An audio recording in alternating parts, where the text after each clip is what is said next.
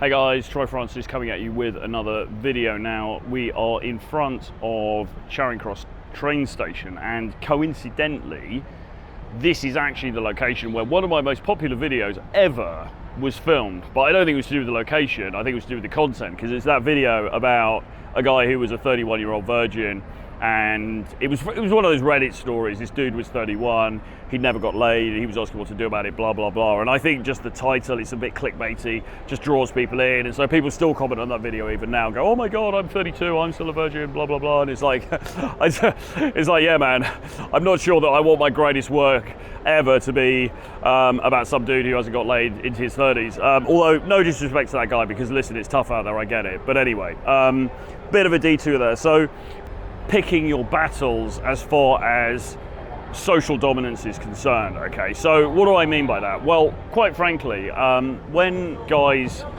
first get into this stuff about game and dating and so on, often what happens is they'll learn about something called frame, and it's about making sure that your frame, what you will accept, overrides whatever they will accept or won't accept. Okay, so frame, okay, right. So, and also as well, not supplicating to people, right? Not doing things in order to try to make people like you. Covert contracts, this gets talked about a lot. Robert Glover, No More Mr. Nice Guy, etc., etc. Okay, we want to avoid covert contracts.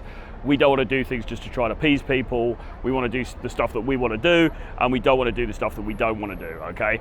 And layered on top of that, there's also the idea of subtle sort of power plays, okay? So people quite like the idea of, okay, well, instead of supplicating to this beautiful woman, I'm actually going to make her do things for me instead. And the reasoning behind that is, well, there's therefore greater investment.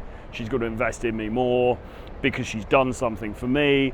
It's also flipping the script a little bit. You're kind of doing something that's unexpected, because most guys aren't going to require something of her. If anything, it's going to be the other way around, etc. Okay, all of that stuff has its place, all right. And this video isn't really to go into the minutiae of each of those things. We could talk about that separately, but that's the basic, that's the basic lay of the land, all right.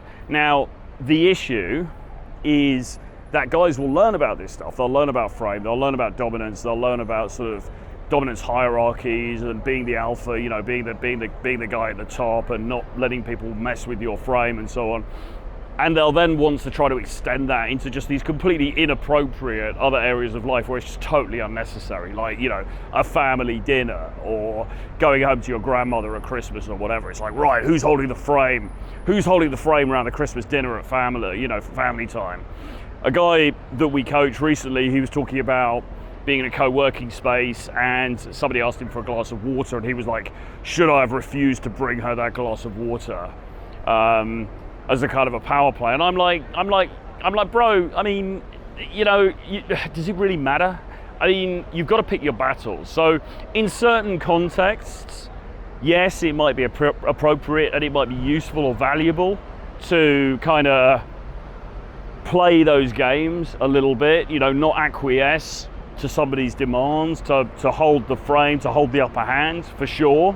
It might be useful sometimes, but a lot of the time in regular, just everyday life, it's just like, just chill, man, just fucking go with it. It doesn't really fucking matter, okay? Now, the counter argument to that is to say, well, the way that you behave in one sphere is the way that you behave in any sphere. So I suppose if you've always been a complete pussy your entire life, and you've always kind of just kowtowed to people and done whatever other people have told you, then maybe there's an argument to say pushing the dial the other way a little bit further for a period of time is a good thing to do.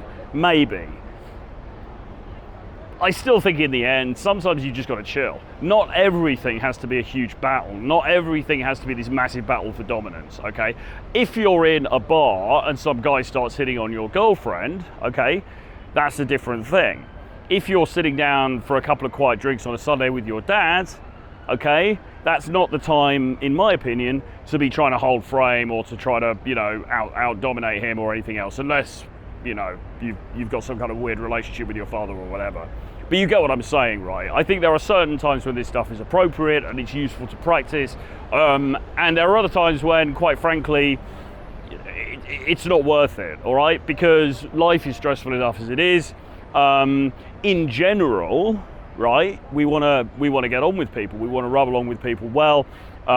We don't want to cause unnecessary friction for ourselves or indeed for other people around us, okay? It's all very well being, you know, dark triad and stuff like this, but as I've discussed with James before, you can do that to some extent in relationships with women because there are sexually charged reasons why that is attractive, but you don't really want to do that with other dudes for the most part, and certainly not dudes that you're friends with or your business associates with or colleagues with, because they're just not going to trust you, you know, and they're going to feel like you're going to fuck them over, and if anything, it's going to damage you more than it's going to bring you forward in any way. So, you know, if you learn about this stuff and you start thinking about, okay, dominance, okay, hierarchies, am I at the top, I'm the alpha, am I at the top, and everything else, that's great.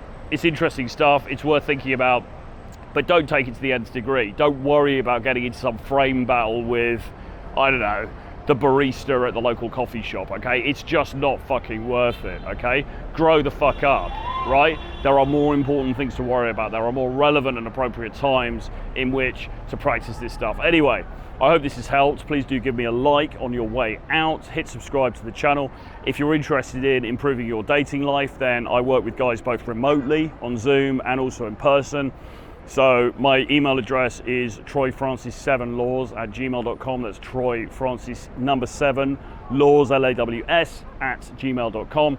We've also got an event coming up in London in July. Okay, the details for that are below. Drop me a message, include your WhatsApp details, and we can discuss. I'll see you guys again very soon. Bye-bye.